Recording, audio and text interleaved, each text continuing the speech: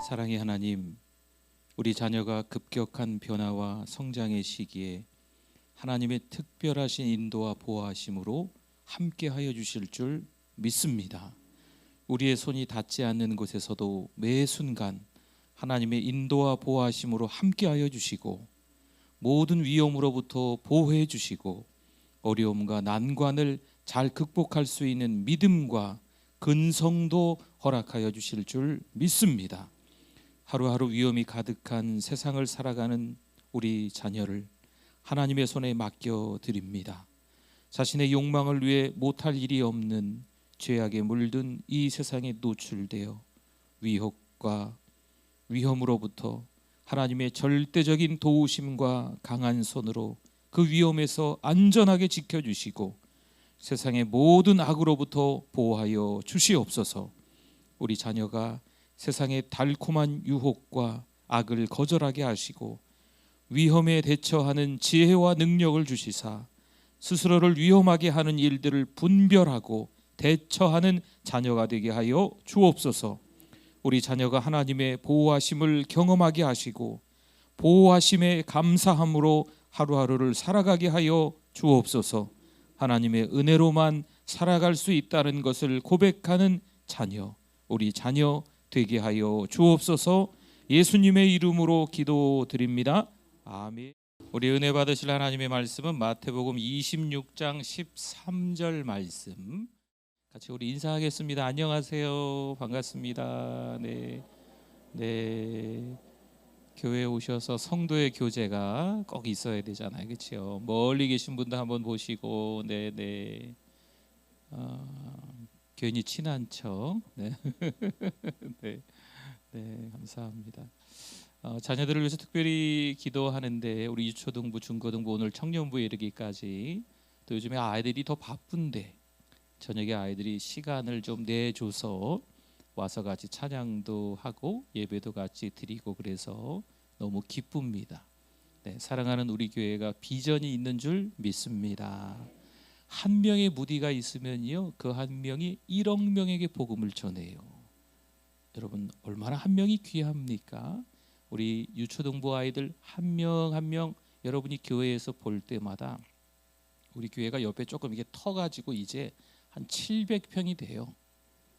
690평? 아무튼 700평이라고 합시다. 아무튼 700평 정도가 되니까 어마어마하게 한 층으로 크지요. 그래서 다닐 때 우리 유초등부 아이들을 보실까요? 안 보실까요? 보자, 그렇죠? 보시잖아요. 보시면 1,000원이라도 1,000원을 어떻게 줘요, 그렇죠? 네. 10,000원? 아니 이게 돈이 중요한 게 아니고 아이의 머리 이렇게 쓰다듬어 준다든지 그리고 아는 척을 좀 네, 축복해 줘야죠. 사랑한다고, 축복한다고, 건강하라고, 믿음 생활 잘하라고 아이를 보면서 네, 그냥 후다닥 지나가도 쫓아가서 아는 척 해주세요. 네, 우리 중고등부 아는 척하기 참 어려울 수 있어요. 네, 그래도 사랑한다, 축복한다 말에 글쎄요, 우리 생각해 보면 아이들이 싫어하지는 않을 것 같아요. 우리 청년부들도 지금 청년부 뒤에 앉아 있는데 여러분 그냥 보내지 마시고 아이들 많이 축복해주고 사랑해주고 내 자식이 다 우리 자식이잖아요, 그렇죠? 네, 우리 교회 안에 다 이 집 자식 저 자식 다 이러는 것 같아도 다 우리 자식이잖아요. 하나님 안에서 다 우리 자식이죠. 자녀들을 위해서 특별히 기도회를 준비하는데 우리 부모님들의 신앙이 어때야 될까? 먼저는 첫날 뭐에 대해서 말씀을 나눴죠? 감사에 대한 말씀을 나눴어요. 우리 부모인 우리가 감사해야 되겠다. 불평하고 원망했던 우리의 이 잘못된 습관이 이제는 감사의 습관으로, 이게 영적인 바른 습관이거든요. 이걸로 좀 바뀌어야 되겠다. 그래서 가족들에게, 자녀들에게 특별히 하는 말들 속에서 짜증 섞인 말들, 불평하는 말들, 팔자 타령하는 말들, 너무 돈 얘기만 하는 그런 말들이 좀 바뀌어야 되겠다. 지금 있는 그 상황에서도 뭐 하자? 감사할 수 있는 충분한 조건이 있습니다. 그래서 감사하자는 거죠. 우리 어제는요, 우리의 시선을 하나님께서 바라보시는 곳에 두기를 원해서 말씀을 나누었습니다. 여러분, 세상 돌아가는 거 다 신경 쓰면요, 아이고 머리가 아파요, 골치 아프죠, 아이고 두야, 그렇지 않습니까? 그러나 하나님께서 바라보시는 곳에 우리의 시선이 머물 수 있는 믿음이 되기를 바랍니다. 하나님의 마음이, 하나님의 뜻이 어디에 있을까? 그것을 먼저 생각해야 됩니다. 그래야 우리 자녀들에게 흘러가는 게 다르죠. 오늘은요, 우리 기도 제목도 같이 나누었지만 우리 헌신의 대상, 헌심의 대상, 헌물의 대상이 하나님임을 깨닫는 밤 되기를 바랍니다. 예수님이 식사 중이셨어요. 6절 한번 볼까요? 예수께서 베다니 나병 환자 시몬의 집에 계실 때에 식사하고 계셨어요.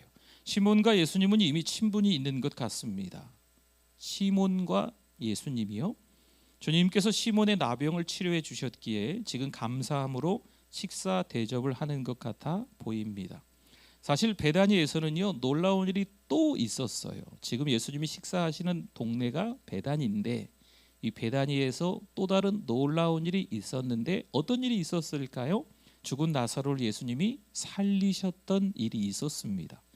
마리아는 이 일로 인해서 예수님에 대한 남다른 감사와 사랑이 있었던 거지요. 여동생인 마리아가 오라보니 오빠인 나사로가 죽을 뻔했는데, 아니 죽었다가 나흘 만에 살아났지 않습니까? 그래서 감사를 하고 싶었던 거예요.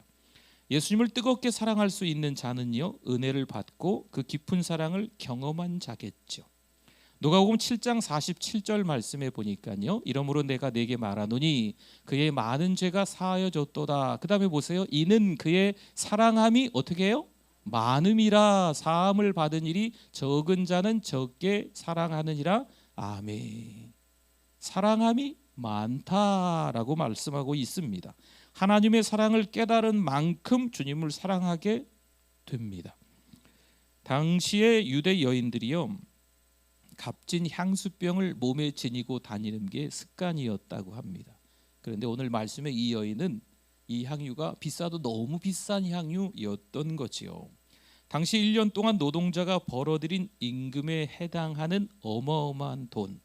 그래서 유다가 계산해 보니까 한 300데나리온. 그때 당시 노동자가 하루 종일 일했을 때 한 데나리온 받았으니 얼마나 큰 돈이겠습니까? 이 여인은 자신이 가진 소유 중에서 가장 귀하고 값진 것을 주님께 드리는 장면이 오늘 본문에 나오고 있는 거예요. 사랑은요, 결코 계산으로 되는 게 아닙니다. 사랑은요, 계산기 두들겨서 되는 게 아니에요. 사랑은 최소한 얼마로 하나님의 기분을 좋게 할 수 있겠나 어림잡을 수가 없습니다. 사랑의 유일한 소망은 최대한 주려는 것입니다. 예전에 그런 노래, 그런 찬양이 있었잖아요. 사랑은 참으로 아시는 분들이 있죠. 네. 버리는 것. 그러니까 사랑은 주는 거라는 거예요. 사랑은 내가 나만이 가지고 있는 게 아니고 사랑은 최대한 누군가에게 계속 줘야 된다는 의미죠. 죽은 오빠를 살리신 주님의 은혜를 생각하면 지금 이 300데나리온이나 되는 이 향유 옥합을 깨트린 건 부족하다. 이게 계산으로 되는 게 아니라는 거죠. 복음의 감격에 빠져보지 않으면 이건 누가 봐도 낭비처럼 보입니다. 8절과 9절 볼까요? 제자들이 봤어요. 분개하여 이르되 무슨 의도로 이것을 허비하느냐, 이것을 비싼 값에 팔아 가난한 자들에게 줄 수 있었겠도다 하거늘. 아멘. 다툼과 오해는요, 이 생각의 차이에서 나는 것 같아요. 대략 계산해도 5,000명의 가난한 사람이 먹을 수 있을 정도입니다. 성경에는 신앙과 불신앙, 육의 생각과 영의 생각이 얼마나 많은 대립과 갈등을 가지고 있는가 발견할 수 있습니다. 중요한 것은요, 우리가 어디에다가 관심을 두느냐입니다. 우리의 시선을 어디에 맞추느냐에 따라서 그게 어마어마한 가치가 있고, 때로는 우리의 시선을 두지 않으면 그냥 쓰레기통에 던져버려질 수밖에 없다는 거죠. 자식을 양육하고 부모를 섬기는 일을 돈으로 계산할 수 있을까요? 아유, 자식 하나 낳아서 그냥 나중에 성인이 될 때까지 뭐 몇 억이 들어 이렇게 계산해가지고 자녀를 안 낳는 경우도 있다고 하던데요. 여러분 그 계산이 될까요? 부모님을 섬기는 게 얼마 정도 있으면 부모님 연세 드신 부모님을 섬길 수 있나? 이게 계산으로 하는 게 맞을까요? 나에게 지금까지 해준 걸 생각해서 부모에게 잘할까 못할까 결정할까요? 부모가 나에게 잘해준 게 별로 없으니까 나도 부모에게 해드릴 것도 없네. 뭐 받은 게 있어야지 해주지. 이게 자식된 도리일까요? 가족은 그런 식으로 계산되지 않잖아요. 요즘 시대는요, 믿음과 사랑까지도 돈으로 계산하려 합니다. 교회 안에서도 때로는 그 사람의 믿음을, 그 사람이 얼마나 교회 안에서 사랑을 베푸는지를 돈을 보고 계산하려 할 때가 있습니다. 돈을 보고 직분을 세울 때도 참 안타깝지만 있는 일이기도 합니다. 부부끼리 그리고 부모 자녀 사이에도 동산, 부동산으로 그 사랑을 표현하는 거죠. 그러나 사랑은 그저 아낌없이 주는 것입니다. 그게 사랑 아니겠습니까? 만약 부모나 자식 또는 배우자가 위독한 질병에 걸렸다면 돈을 아까워할까요? 물론 아까워하는 분들도 간혹 있을 수 있지만 대부분의 가정은 그렇지 않습니다. 어떻게 하면 부모를 살릴까? 내 배우자를, 내 자식을 어떻게 하면 살릴까? 있는 거 없는 거 다 긁어다가 수술 한번 시키려고, 병원에 입원시켜 드리려고 아마 무진장의 애를 쓰실 거예요. 여러분, 인생이란 게 물론 상식이 통해야 합니다. 하지만 오늘 말씀처럼 사랑의 낭비를 필요로 하기도 합니다. 우리가 쉽게 주고 베풀 수 있는 것은 참된 선물이 아니죠. 값진 선물, 값진 사랑은 그 배우의 희생이 반드시 따른다는 겁니다. 우리가 줄 수 있는 능력보다 그것이 훨씬 클 때 그것이 참된 선물이 됩니다. 에베소 2장 8절 말씀에 너희는 그 은혜에 의하여 믿음으로 말미암아 구원을 받았으니 이것이 너희에게서 난 것이 아니요 어떤 거지요? 하나님의 선물이라. 아멘. 하나님이 그 아들을 우리에게 독생자로 주신 게 이게 최고의 선물이라는 거죠. 이 선물은 우리를 위하여 아낌없이 주시는 하나님의 선물입니다. 우리의 지혜와 우리의 지식을 뛰어넘는 하나님의 방법이지요. 어떻게 자식을 죽이시면서까지 십자가에 매달려 죽이시면서까지 우리를 사랑하셨을까? 여러분, 우리의 상식으로는 도무지 이해가 되지 않습니다. 예수님은 우리를 구원하시기 위해서 묵묵히 십자가를 지시며 죽음으로 하나님의 사랑을 보여주셨습니다. 사랑은요, 상식 세계에서 일어나는 생각을 뛰어넘는 또 다른 세계라고 말할 수 있어요.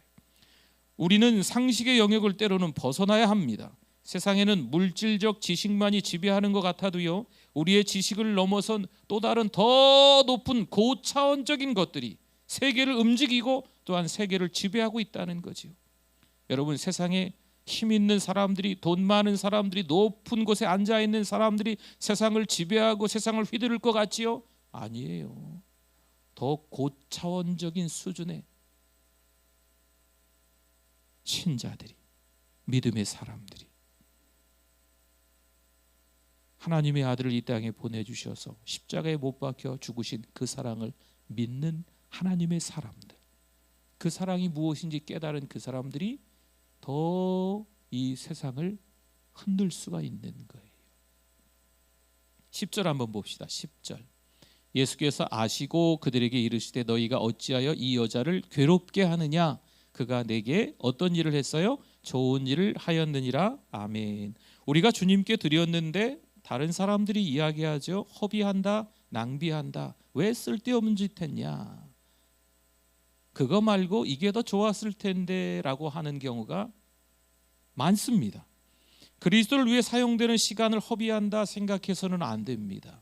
교회에 나오는 시간이 아까운 시간이다. 이 시간에 내가 돈을 더 벌면 더 낫지 않을까?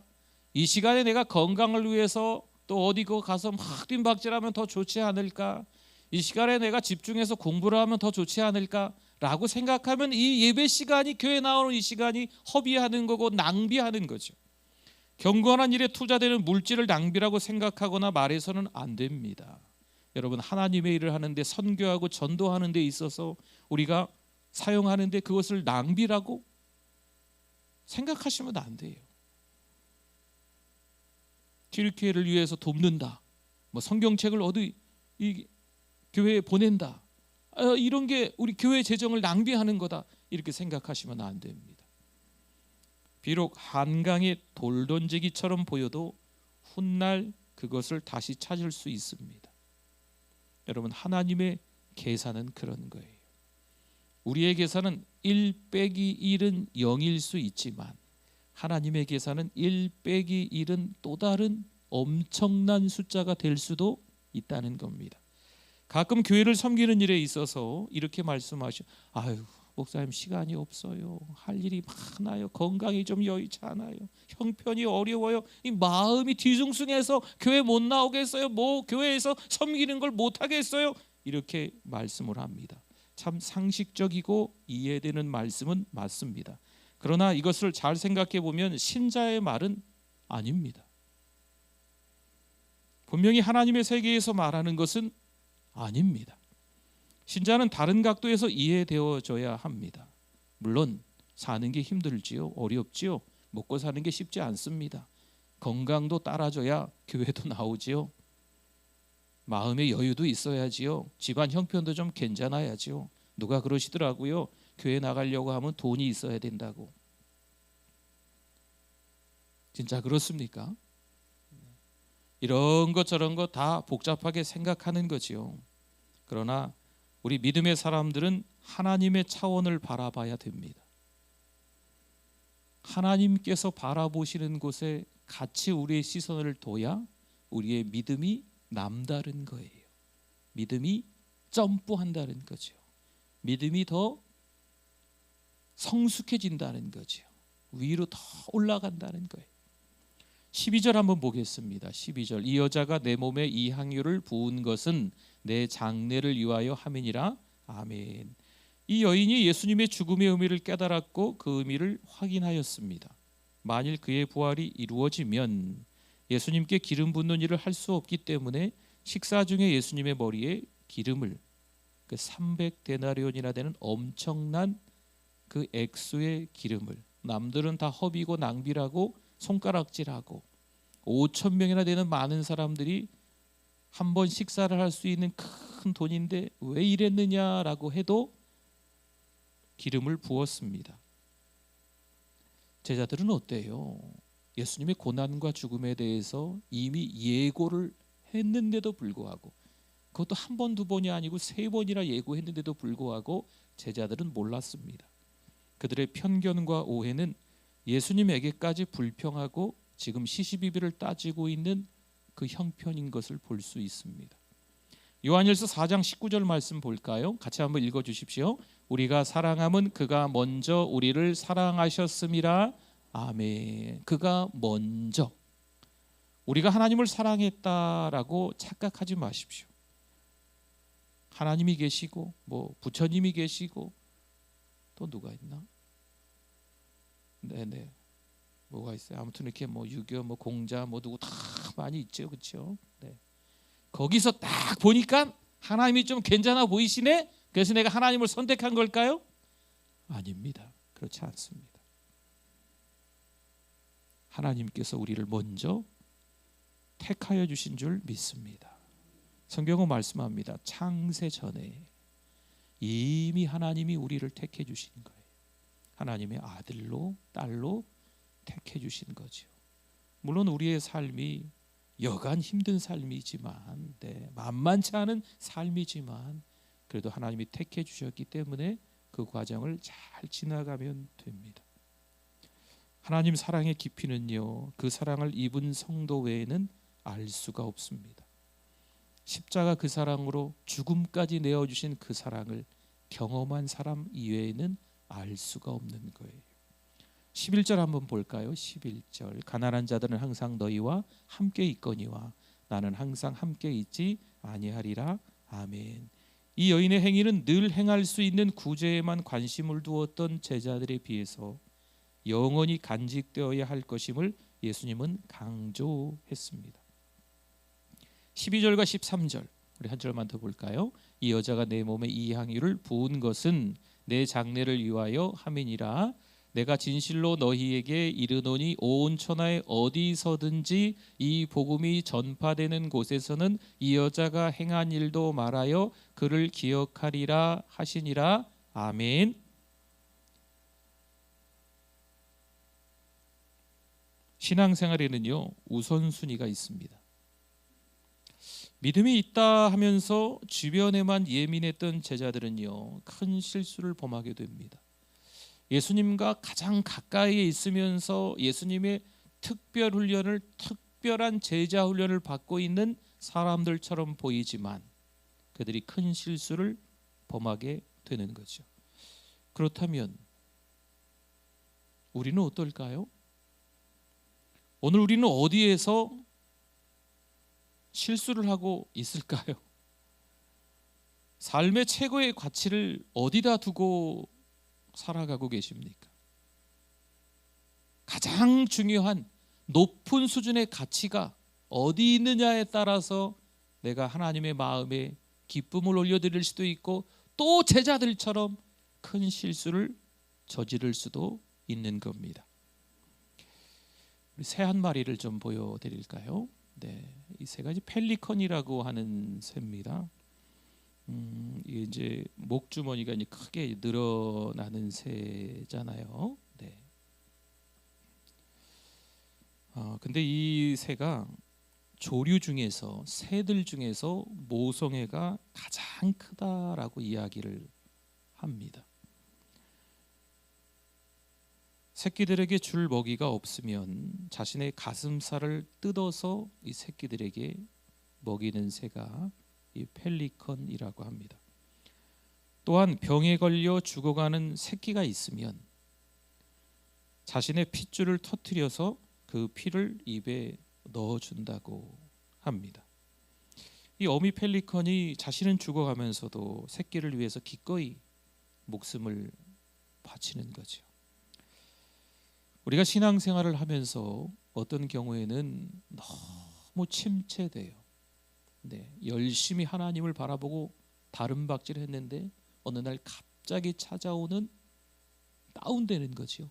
침체되는 현상들이 있을 수 있어요.